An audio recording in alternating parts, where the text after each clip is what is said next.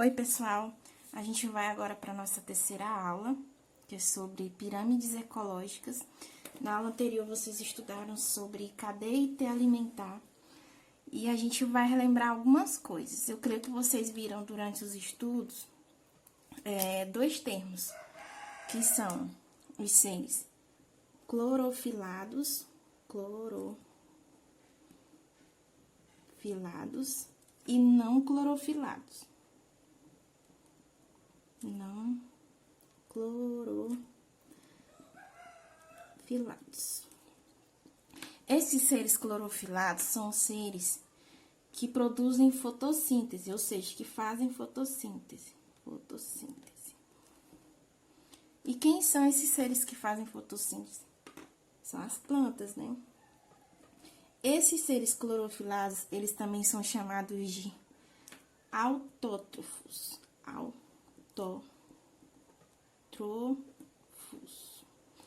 Porque eles produzem o seu próprio alimento. Já os seres não clorofilados são os seres que não realizam fotossíntese, que são quem? Os animais, né? Esses seres não clorofilados, eles também são chamados de heterótrofos. Ok? Então, dentro dos estudos de cadeia alimentar, tem esses dois termos. Clorofilados e não clorofilados. Os clorofilados são seres autótrofos e os não clorofilados são seres heterótrofos, ok? Então, vamos lá para o conceito de pirâmide ecológica. As pirâmides ecológicas, elas representam graficamente o fluxo de energia e de matéria ao longo de uma cadeia alimentar. Ou seja, são desenhos que eu vou mostrar para vocês aqui no decorrer da aula. Então, vamos anotar aqui o conceito de pirâmide ecológica, né? São representações gráficas,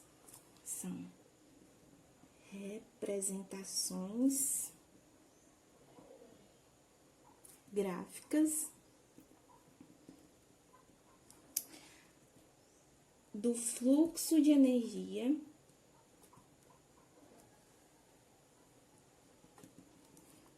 e de matéria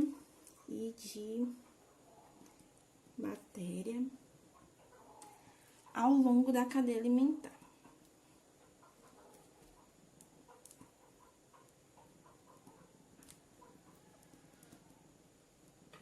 Então, esse é o conceito de pirâmide ecológica. E em relação aos tipos, nós temos 3 tipos de pirâmides ecológicas, né? Que são as pirâmides de números,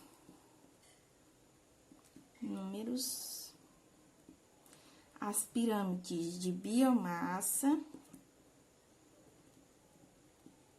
e as pirâmides de energia. Esses 3 tipos de pirâmides. A primeira pirâmide, que é a de números, como o próprio nome fala, né? Ela mostra a quantidade de indivíduos em cada nível trófico. Lembrando que nível trófico é cada uma dessas bases aqui, ó. Cada um desses quadradinhos aqui são chamados de níveis tróficos, ok? Então, nesse exemplo aqui da pirâmide de números, vamos supor que aqui na base... Deixa eu pegar outra caneta aqui. Cadê? Pronto, achei. Vamos supor que aqui na base a gente tem plantas. Nessa base aqui, vamos supor que a gente tem 3.000 plantas. 3.000 plantas. No segundo nível trófico, vamos supor que nós temos 1.000 caracóis. Deixa eu desenhar um caracol aqui. E no último nível trófico, vamos supor que nós temos 100 pássaros.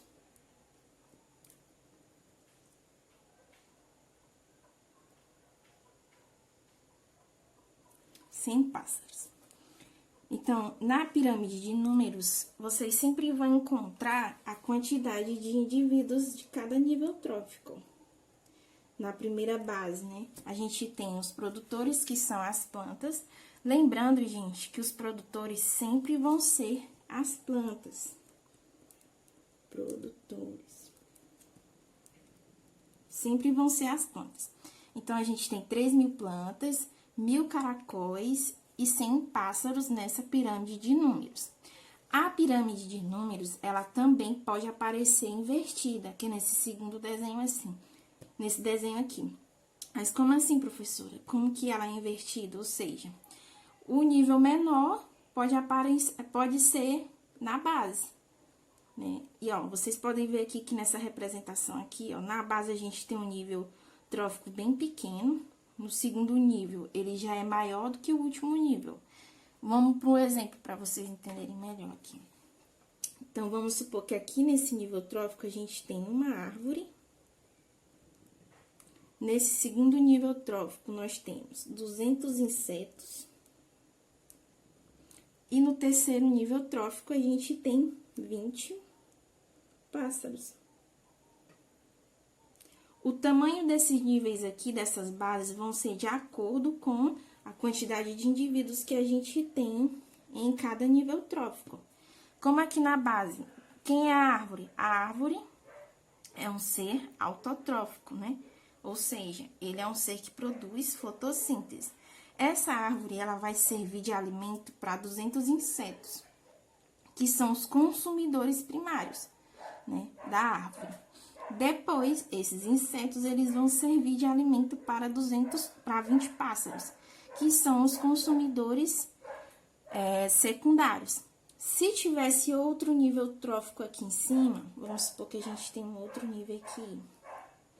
Vamos supor que aqui seja 2 águias. Essas águias, elas vão se alimentar de quem? Dos pássaros menores, né?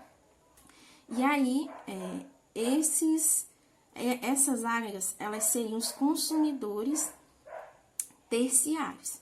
Então, aqui a gente tem o produtor, consumidor primário, secundário e consumidor terciário, ok? Agora, a gente vai para a segunda pirâmide, que é a pirâmide de biomassa. A pirâmide de biomassa, ela indica a massa corpórea de cada nível trófico. Vou já explicar para vocês como é que ocorre a medição da quantidade de biomassa de cada nível trófico. Então, deixa eu anotar aqui, ó. Indica a massa corpórea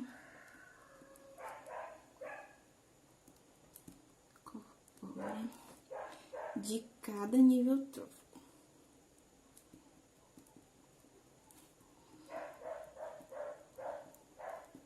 Ok.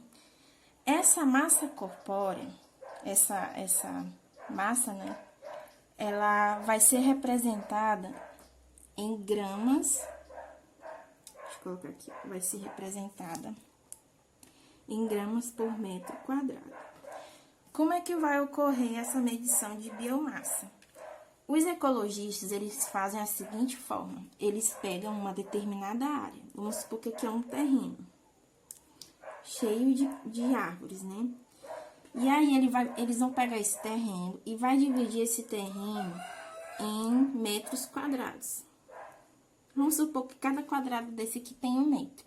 Aí, o que eles vão fazer? Vão pegar essa áreazinha aqui e vai coletar todas as folhas que caem nessa área aqui. Aí, eles vão pegar essas folhas, vão levar para um laboratório. E nesse laboratório, eles vão colocar todas essas folhas dentro de uma estufa. Vamos supor, é uma espécie de forno, né? Colocam essas folhas dentro da estufa, essas folhas vão secar. E aí, depois que essas folhas secam, eles vão medir a massa. Ou seja, eles vão pesar, né? A quantidade de folhas que eles coletaram naquele metro quadrado. E a partir disso, eles vão indicar a biomassa. Ok? Então, como eu falei para vocês, na pirâmide de biomassa, ela indica a massa dos indivíduos. Nesse exemplo aqui, ó, dessa pirâmide aqui, eu vou colocar aqui Quem é que tá sempre aqui na base, né, da pirâmide ecológica? Sempre vai ser os produtores, né? Produtores. Então, nesse caso, quem são? As plantas. Vamos supor que aqui, nessa base, a gente tem... deixa eu ver. Capim. Que, no caso, são as gramíneas. Um exemplo aqui, vamos colocar 470 gramas de capim por metro quadrado. Essa biomassa, né, de capim vai servir de alimento para quem, exemplo, besouros. Vamos supor que aqui nesse nível trófico a gente tem 0,5 gramas por metro quadrado de besouros. E esses besouros, eles podem servir de alimento para o sapo. E vamos supor que aqui nesse nível trófico a gente tem 0,1 gramas por metro quadrado de biomassa do sapo. Então, na pirâmide de biomassa, diferente da pirâmide de números, como vocês podem ver, na pirâmide de números a gente vai ter o quê? Vai ter a quantidade de indivíduos. Já na pirâmide de biomassa, a gente vai ter a quantidade da massa, da biomassa desses indivíduos, ó, em gramas por metro quadrado, ok? Qual é a semelhança da pirâmide de biomassa para a pirâmide de números? Na pirâmide de números, ela também pode aparecer invertida, ou seja, ao contrário, né? Na pirâmide de biomassa também pode ocorrer a mesma coisa. Pode aparecer ela de forma invertida. Só que essa pirâmide aqui de biomassa invertida, ela só acontece... Deixa eu pegar outra caneta aqui. Só acontece em ambientes aquáticos. Só em ambientes aquáticos que essa pirâmide de biomassa ela vai aparecer invertida, ok? Vai acontecer com quem? Aqui a gente tem na base o fitoplâncton,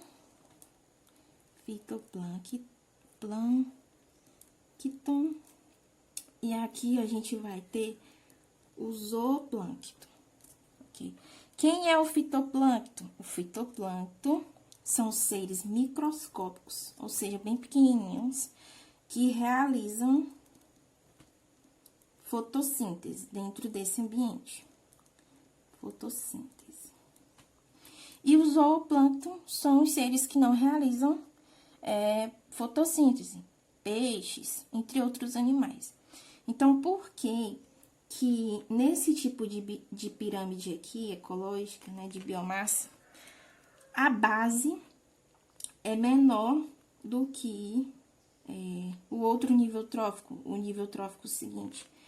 Porque o fitoplâncton, gente, apesar dele ser vários indivíduos, né, seres microscópicos, em grande quantidade, eles têm vida curta. E aí, além deles terem vida curta e também terem uma... perdão, gente. Além deles terem uma vida curta, eles também são pequenos, né? E aí, a quantidade de biomassa deles acaba sendo menor em relação à quantidade do zooplâncton, porque os zooplâncton, eles apresentam uma vida maior, né? Um ciclo de vida maior, e eles também possuem um tamanho maior, né? Em relação à estrutura corpórea deles.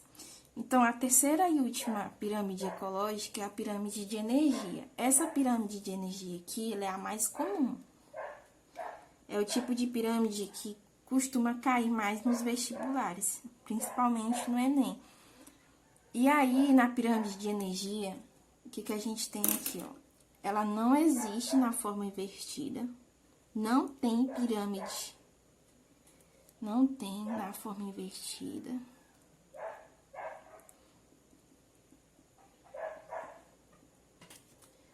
E ela também, como o próprio nome fala, né, mostra a quantidade de quê? De energia de cada nível trófico. Quantidade de energia de cada nível trófico. Cada nível trófico é cada uma dessas bases aqui, ok, gente? Cada uma dessas bases aqui representa um nível trófico.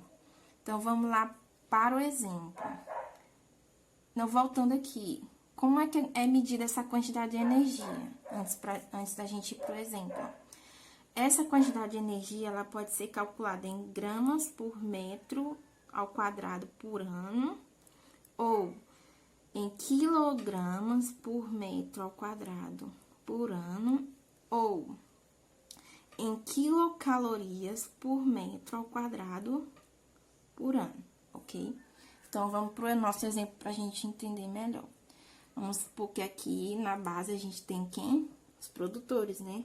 As plantas. E essas plantas, elas fornecem 8.000 calorias por metro quadrado. Perdão, gente, esqueci bem aqui do quilocalorias. Quilocal por metro quadrado ao ano. Nesse segundo nível trófico, vamos supor que a gente tem os gafanhotos. E eles fornecem 1.000 quilocalorias por metro ao quadrado por ano. E no último, a gente tem o sapo, que fornece 100 quilocalorias por metro quadrado ao ano. Então, a gente tem esses 3 tipos de pirâmides ecológicas, que são as pirâmides de números, de biomassa e de energia. Ok, pessoal?